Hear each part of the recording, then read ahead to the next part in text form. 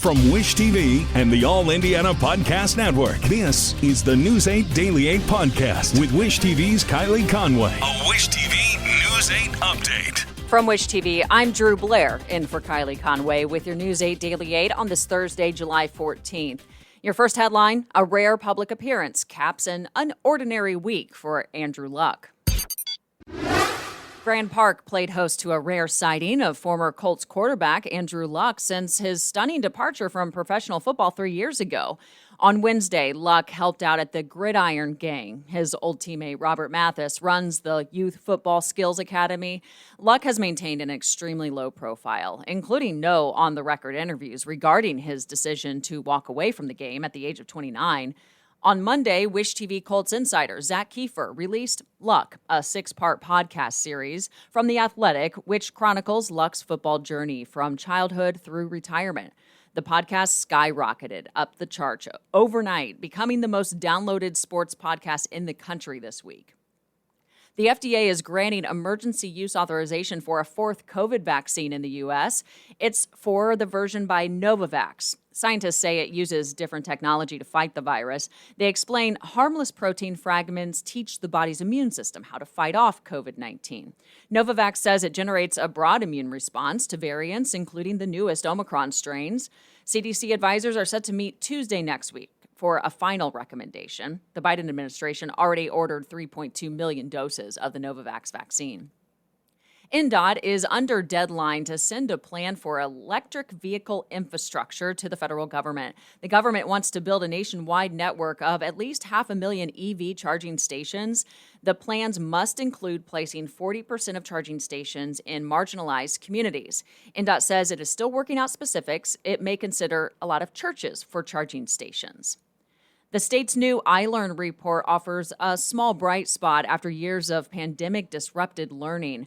The Indiana Department of Education released results for this past spring's iLearn exam Wednesday. It shows small improvements in students' English and math scores from last year.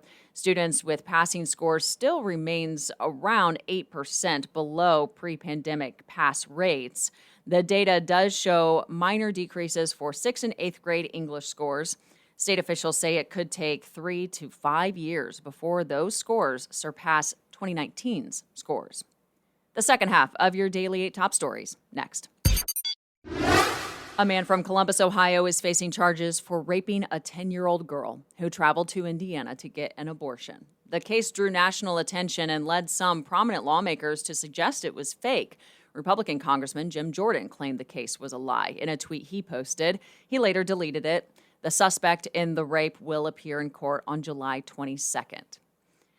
The police department in Indianapolis is addressing accusations that it ignored family calls to search a pond where the bodies of 3 children and their father were recovered. The nearly week-long search for Kyle Mormon and the children ended with the tragic discovery late Tuesday off Bluff Road. Mormon's family says they repeatedly asked police to search the water. IMPD says it had conflicting information about Mormon's last known location. The department released a timeline yesterday. It shows police first pinged Mormon's phone Monday morning, but data showed the phone was off. IMPD says family and officers searched the pond that evening, but did not find evidence that Mormon's car went into the water. It wasn't until Tuesday afternoon that police found 2 possible locations where the phone was pinged.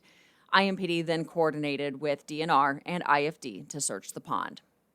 Police in Westfield are asking for help finding an SUV they say was used to drive away from a jewelry store robbery. It's a dark-colored Jeep Cherokee with an Illinois license plate. According to investigators, 3 people drove it from Moyer Fine Jewelers yesterday afternoon. They say one person guarded the entrance, while the other 2 smashed cases and grabbed merchandise. Police say the plate number is DH31399. No foul play is suspected in the deaths of 2 people found in a hot tub at a home in Indianapolis. IMPD says officers found the man and woman late yesterday afternoon at a home near Edgewood and Gray on the southeast side. Investigators believe they had been there for what they described as an extended period of time. Police have not released names or any other details. Thank you for catching up with the News 8 Daily 8. Make the most of your Thursday. I'm Drew Blair. This is the News 8 Daily 8 podcast with Wish TV's Kylie Conway. A Wish TV News 8 update on demand for even more on demand and on the go. Connect with Wish TV on Facebook at wishtv.com and on the free Wish TV mobile app. Thank you for listening, and be sure to like, subscribe, and follow this podcast for updates every weekday morning on the All Indiana Podcast Network and wherever you get your podcast.